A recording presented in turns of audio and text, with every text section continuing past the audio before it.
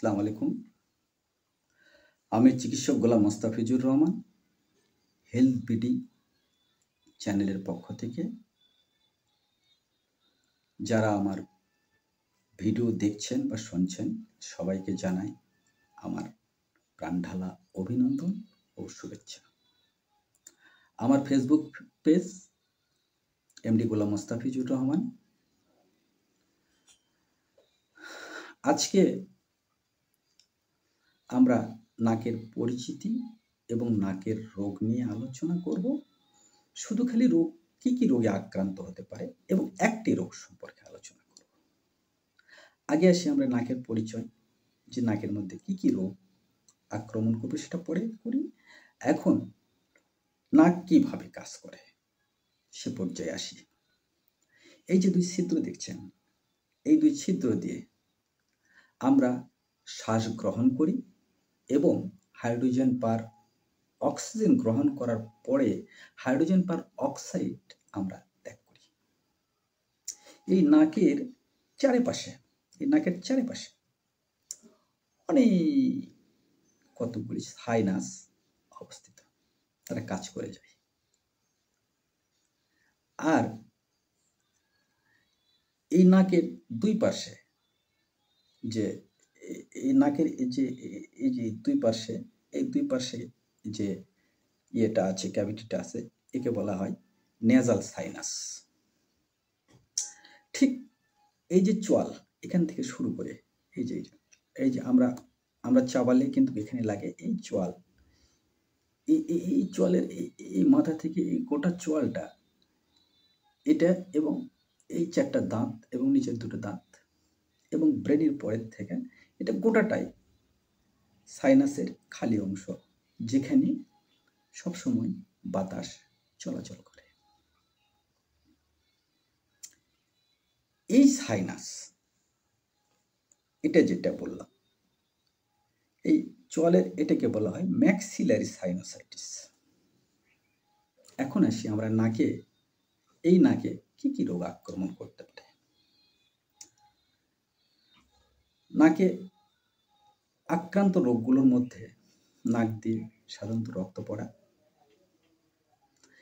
Acute rhinitis অর্থাৎ নতুন rhinitis, chronic rhinitis যেটা পুরাতন রাইনাইটিস, অ্যালার্জিক রাইনাইটিস যেটা অ্যালার্জির মাধ্যমে হয়। এই যে এখানে যে মেমব্রেনটা আছে, এই মেমব্রেনের এখানে পার্শ্বে এখানে অ্যালার্জি ত্রিবিরি করে, সেই অ্যালার্জির রাইনাইটিস।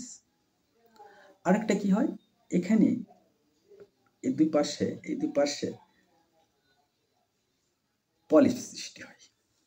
আর আরেকটা কি হয়, সাইনোসাইটিস রোগ হয়। এর মধ্যে এই সাইনোসাইটিস রোগটাই হলো খুব গুরুত্বপূর্ণ এবং মারাত্মক। আজকের প্রথম এই নাকের সাইনোসাইটিস সম্পর্কে আমি আলোচনা করব। আগামী ভিডিওতে অবশ্যই আমি অন্যান্য রোগ সম্পর্কে আলোচনা করব। তো সাইনোসাইটিসটা কি? সাইনোসাইটিস যখন হয় তখন কি সমস্যার সৃষ্টি হয় আর সমাধানের বা লক্ষ্য কি, বা কি করলে আমরা সমাধানে করতে পারি। যখন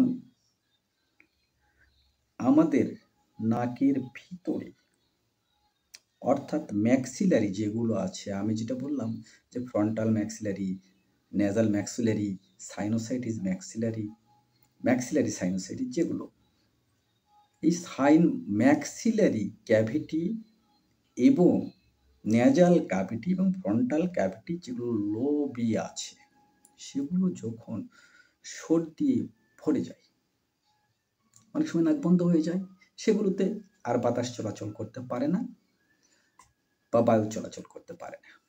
এই বায়ু চলাচল না করতে পারার কারণে যে বায়ুটা ওখানে উৎপন্ন হয় তা রক্তের সাথে সঞ্চালন হয়, আর যখন রক্তের সাথে সঞ্চালন হয় তখন মাথা ব্যথার সৃষ্টি হয়ে যায়। তখনই তাকে আমরা বলি সাইনোসাইটিস। এই সাইনোসাইটিসের যে সমস্যাগুলো, অনেক সময় ঠিক বাম দিকে যে হাড় আছে, এই হাড়ের এখানে অনেক সময় ধরপড় করে মাথা ব্যথা শুরু হলে, অনেক সময় অনেক কাজের এনার্জিকে হারাইয়া ফেলে, কাজ করতে ইচ্ছা করে না, যা শুয়ে পড়ে। মাথা ব্যথার কারণে অস্বস্তি হয়ে যায় বা অসুস্থ হয়ে যায়। অস্বস্তির যন্ত্রণায় সে একজন চিকিৎসকের শরণাপন্ন হয়। সেই চিকিৎসক তখন তাহাকে হয়তোবা চশমা পরার পরামর্শ দেন, যে আপনি চশমা পরেন। কিন্তু এই ম্যাক্সিলারিতে কফটা জমে থাকার কারণেই এই ব্যথাটা শুরু হয়। যদি আবার অনেকের দেখা যায় চোখে এর কারণে কমও দেখে। এটাকে আমরা বড় সমস্যা বলেই মনে করি, কিন্তু এই ম্যাক্সিলারি সাইনোসাইটিস যখন হয় তখন আমরা বিভিন্ন জায়গায় পরামর্শের জন্য দৌড়াদৌড়ি করি, ওষুধ খাই, নিরাময়ের জন্য হয় না।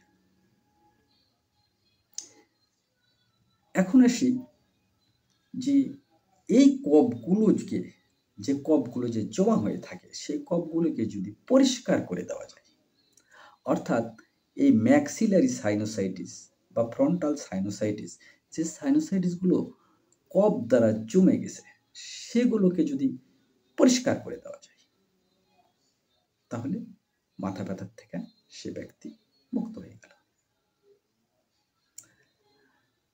এর জন্য আমাদের কি করতে হবে? এর জন্য আমাদের অবশ্যই একজন চিকিৎসক নির্ধারণ করতে হবে। ইএনটি স্পেশালিস্ট যিনি আছেন, উনি অবশ্যই একটা এক্স-রে দিবেন, পিএনএস ভিউ। এক্স-রের মাধ্যমে সাইনোসাইটিস রোগটা নির্ধারণ করে আপনাকে যদি ভিতরের থেকে ওই কফগুলোকে বাহির করে দেয়, ক্যাভিটিগুলো, যে ম্যাক্সিলারি ক্যাভিটিগুলো পরিষ্কার করে দেয়, তাহলে এ রোগ থেকে আপনি সম্পূর্ণরূপে সুস্থ হতে পারবেন। আবার যদি দেখে সাইনোসাইটিস হয় না, মাইগ্রেন হয়েছে, এই রোগটা স্বাভাবিক ঔষধে সেরে যায়। তাই আমি বলবো যে যদি আপনাদের এই যে আমার স্যার যেগুলো ইএনটি স্পেশালিস্ট, তাদের পরামর্শ নেবেন, তাদের কাছে যাবেন। তারা যদি ক্যাভিটিগুলো পরিষ্কার করে দিতে পারে ভালো, না হলে আমার ফেসবুক পেজে আমার নাম্বার আছে, আমার সঙ্গে যোগাযোগ করবেন। আমি আশা করি এটা 12 ঘন্টা বা 24 ঘন্টার মধ্যে পরিষ্কার করে দিতে পারবে ইনশাআল্লাহ।